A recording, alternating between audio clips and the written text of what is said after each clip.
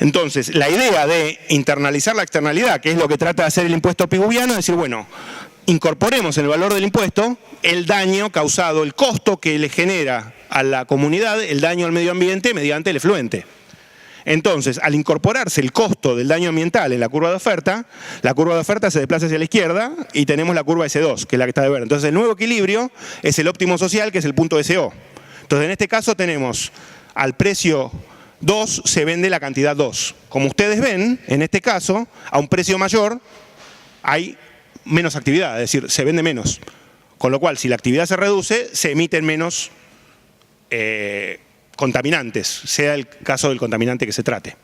Este es el esquema básicamente de la internalización de la externalidad a través del impuesto piguviano, es decir, incorporar en el costo de producción el daño ambiental, de modo que el mercado asigne el óptimo social y no meramente el óptimo privado, que es el que se tiene en cuenta si no está contemplado en el mecanismo del mercado el daño ambiental. ¿Qué pasó? ¿Qué hizo la comunidad internacional para... sigo con entonces. ¿Qué hizo la comunidad internacional para resolver esta ecuación? Ante el crecimiento de la conciencia del daño ambiental, etcétera, etcétera, los países de las Naciones Unidas mayormente firmaron en 1997 el Protocolo de Kioto. El Protocolo de Kioto lo que hace es asignar a una serie de países desarrollados, obligaciones de reducir emisiones en el bienio 2008-2012. El Protocolo de Kioto funciona como una especie de mezcla del impuesto piguviano y de la aplicación del sistema normativo, del teorema normativo de Coase, que dice que lo que hay que hacer es diseñar el derecho de modo de reducir todo lo posible los costos de transacción. El foco del Protocolo de Kioto no está en el precio, sino en la cantidad. Es decir, no se fija un precio de las emisiones, sino que se dice, bueno, los científicos dicen que hay que reducir tanta cantidad de emisiones para poder preservar el medio ambiente. Entonces, esta serie de países tienen la obligación de reducir sus emisiones en este periodo. Los llamados países anexo 1, que son los países desarrollados, tienen en conjunto la obligación de reducir sus emisiones promedio por año un 5.2% en el promedio, en este quinquenio, 2008-2012, tomando como año de base 1990. Es un objetivo débil. Esto fue todo lo que se pudo firmar, porque no había consenso para más. Entonces, solo algunos países tienen obligaciones y el objetivo es bastante modesto, ¿no? La reducción cae sobre una serie de gases de efecto invernadero, no son todos, pero probablemente los principales, de la actividad antropogénica, que son el dióxido de carbono, el metano, el óxido nitroso, perfluorocarbonos, hidrofluorocarbonos y el hexafluoruro de azufre, el SF6. ¿Cómo se logra esto? Bueno, mediante los llamados mecanismos flexibles, que estos sí tratan de incorporar la idea de la baja de costo de transacción. Lo llamado comercio de emisiones, implementación conjunta y el mecanismo de desarrollo limpio. Básicamente, ¿cuál es la idea? Bueno, yo tengo que reducir 10, usted tiene que reducir 8. Supongamos que yo me pasé. En vez de reducir 10, reduje 7. Reduje 3 de menos. Pero usted redujo 3 de más. Quiere decir que esos 3 que a usted le sobran, usted podía haber emitido más de lo que emitió, usted me puede vender a mí y yo le compro el derecho a emitir más. Es una manera de canalizar eficiencias. O yo soy una eléctrica francesa, tengo dinero, reducir mis emisiones me sale 100. Con el mismo dinero yo puedo pagar un proyecto en Brasil por el cual se reducen 200 emisiones en vez de 100. Entonces canalizo fondos hacia el mundo del desarrollo y al mismo tiempo consigo la reducción a un precio más barato. Esto se llama offsetting, es decir, compensar, que uno compense las emisiones de otro. ¿Por qué esto es posible? Porque los gases de efecto invernadero, como se distribuyen uniformemente en la atmósfera, no importa dónde se haga la reducción, el efecto neto es el mismo. Porque no es que el gas se concentre arriba del país donde se emitió, sino que se concentra uniformemente en la atmósfera. Ha sido muy criticado este concepto de offsetting, porque decían que era una manera de pagar para salirse de la obligación. Lo cual es cierto. Por otro lado, no habría podido haber protocolo de Kioto sin esto, porque los países en desarrollo no hubieran aceptado sin el mecanismo de desarrollo limpio que les permitió hacer proyectos con dinero de otros países, ¿no? La mejor crítica que escuché al sistema de offsetting es de unos estudiantes ingleses que crearon un sitio de internet que se llama Cheat Neutral, es decir, infidelidad neutral, donde decían, usted páguenos y entonces nosotros le pagamos a alguien para que sea fiel por usted y usted puede ser infiel con su esposa, pero el nivel total de fidelidad no se altera, ¿no? Porque la crítica es precisamente que lo que se hace es pagarle a otro para poder seguir pecando uno, por así decirlo, ¿no? Ahora, independientemente de la valoración que hagamos de si estos mecanismos eran justos, injustos, mejores o peores, la verdad es que el protocolo de Kioto no ha funcionado. Ha fracasado. Por varias razones. Una de ellas es que los más grandes emisores no estaban, por distintas razones. Los Estados Unidos, que eran hasta hace poco el más grande emisor, nunca ratificaron el protocolo. Básicamente nunca lo ratificaron porque China no tenía obligaciones. China hace un par de años ha sobrepasado a los Estados Unidos y hoy China es el más grande emisor. La India tampoco, es decir, estaba hecho con un criterio el protocolo de los 70 o los 80, donde lo que es desarrollado y lo que no era distinto de lo que es hoy. Y muchos de los países más grandes en materia de emisiones no tenían obligaciones bajo el protocolo. No estaban bien diseñados los mecanismos, lo que se considera para ser un mecanismo de mercado para proteger el medio ambiente, tiene que haber algún tipo de sanción que sea creíble, y la administración tiene que ser eficiente y efectiva. El protocolo de Kioto no provee sanciones creíbles, nadie sabe muy bien qué va a pasar con los que no cumplan, y la administración en manos de las Naciones Unidas, con todo el cariño que uno puede tener a las Naciones Unidas, ha sido un desastre. Ha sido un desastre. La administración ha sido pésima y el protocolo no ha funcionado.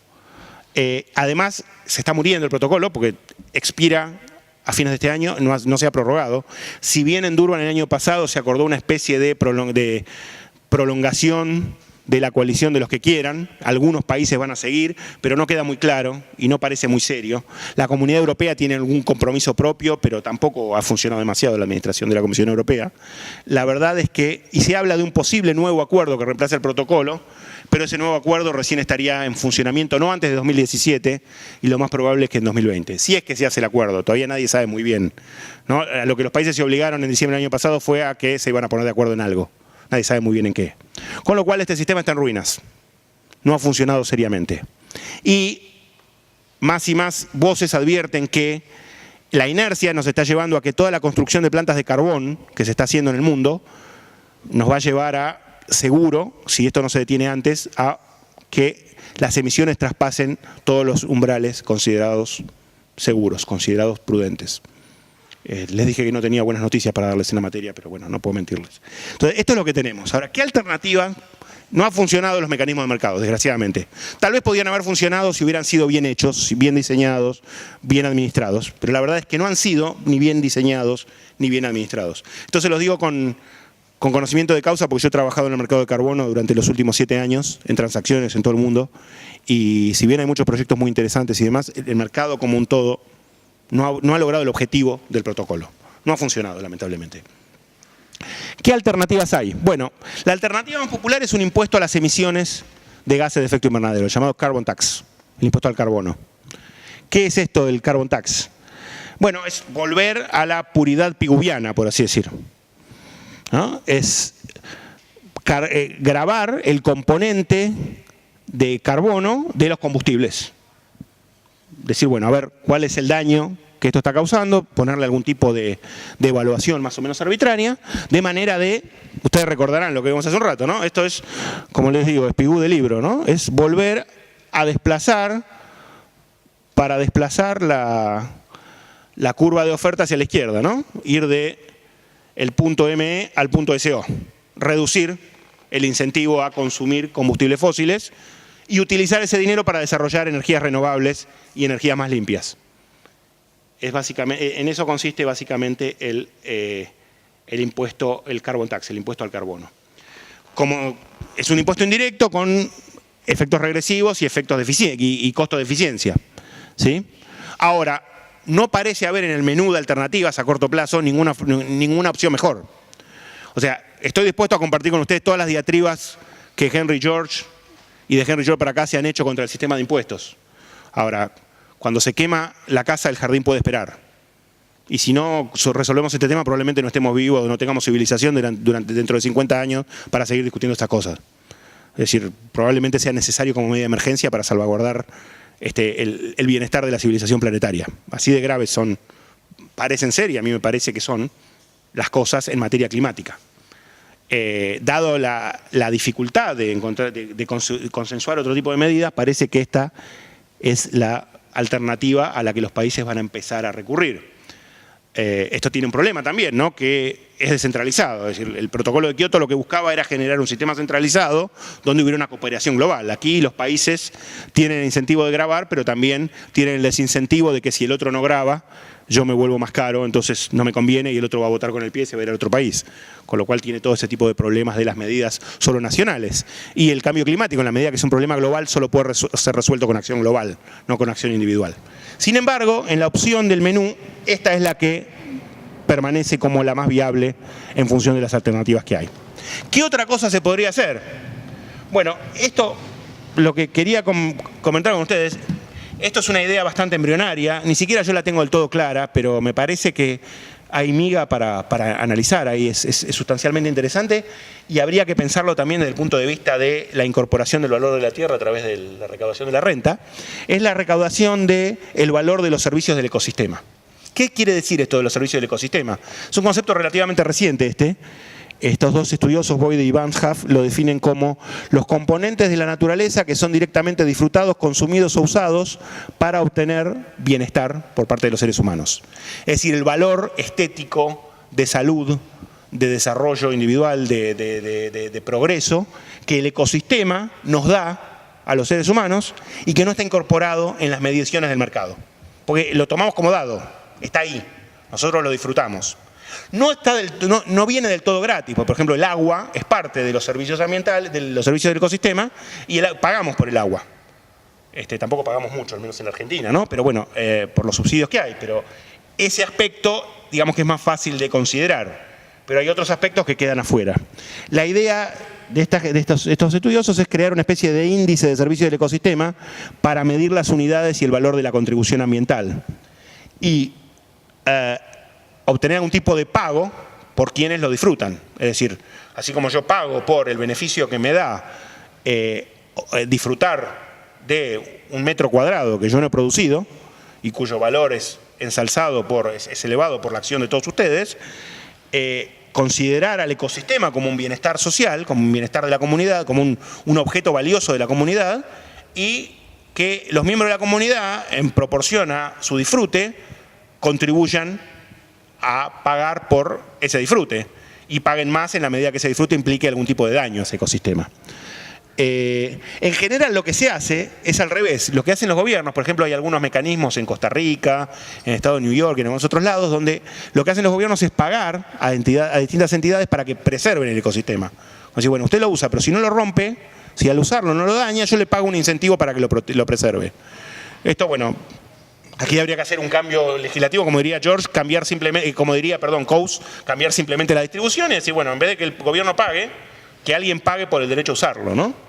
Entonces, que la comunidad obtenga compensación por aquellas actividades que afecten esos servicios del ecosistema. Esta idea intuitivamente se relaciona, me parece, con la idea del pago por el valor del suelo. En la medida en que se perjudique ese uso, con un pago mayor que reduzca el incentivo para dañar al ecosistema y que lo preserve. Y podría tal vez servirnos para reconciliar ambos objetivos, para facilitar el acceso al suelo, evitar el disfrute de la renta monopólica y al mismo tiempo, el suelo en el sentido amplio, ¿no? En el sentido económico amplio de tierra.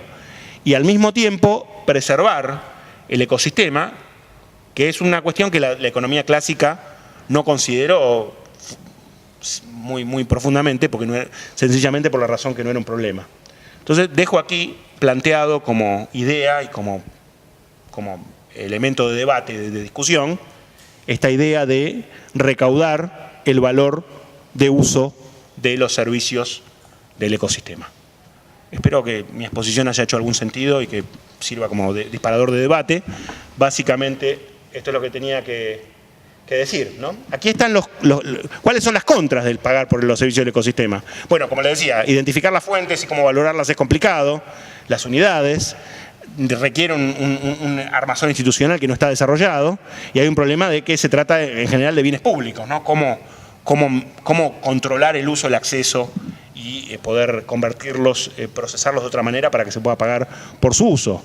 Tiene algunos pros, ¿no? Que, bueno, no es un impuesto básicamente, sirve para proteger la biodiversidad también, que es el otro gran problema que está emergiendo, ¿no? Además del cambio climático, la cantidad de especies que estamos destruyendo los seres humanos es pasmosa, especies animales y especies vegetales, lo cual daña seriamente al sistema la biomasa terrestre, ¿no? Estamos eliminando continuamente especies animales y vegetales.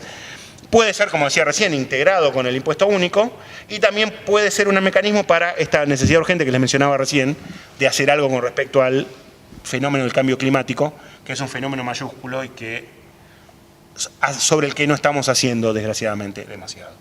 Bueno, les agradezco la atención. Ese es mi email de contacto y bueno, nada, muchas gracias.